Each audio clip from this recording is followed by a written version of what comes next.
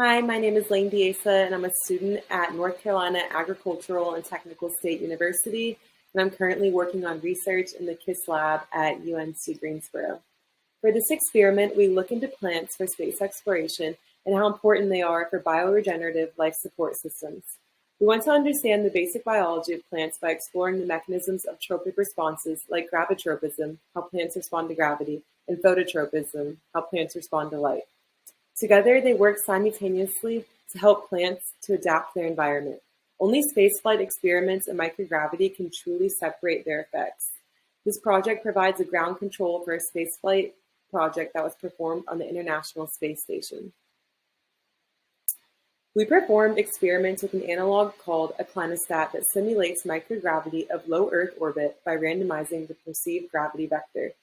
You can see this clinostat in the top right corner, and the arrows indicate how it spins in that direction, and the circular slots are where we insert the seedlings. Our working hypothesis is that plants grown on the analog clinostat will exhibit similar results to those obtained in the spaceflight experiment on the ISS. We used 3 different genotypes for this project, including the wild type LER and mutants phytochrome A and phytochrome B. The mutants are photoreceptors, and these allow light stimuli to be perceived, and their photochromes help regulate phototropic growth. And so that's why we chose them to use for this experiment. So moving into the methods, first we sterilized our seeds and we placed them on petri dishes, and they received a cold stratification in the refrigerator before being placed in a dark and red light treatment. And this was done to help germination. Upon germinating, the seeds are then placed under a white grow light for 96 hours, and this is done for their growth development. The icon in the lower left corner also describes, or is a little snippet of what I'm describing right now. So after the growth period, the petri dishes are then photographed and placed on the rotating clinostat for 48 hours with unidirectional photostimulation of either red or blue or dark light. After we remove the plates, we photograph them again, and then the seedlings, roots, and shoots are measured. And these measurements that we collect will then be compared to the experiment aboard the ISS to analyze whether this 2D clinostat can simulate similar tropic responses in plants as those produced in microgravity. So here are our some figures from our project. On the left, we have the 2D clinostat data that we created, and then on the right is spaceflight data from the experiment on ISS. So if you look at the 2D clinostat data, on the top we have shoot measurements, and on the bottom we have root measurements. The arrow on the spaceflight data is indicating the final hour marker.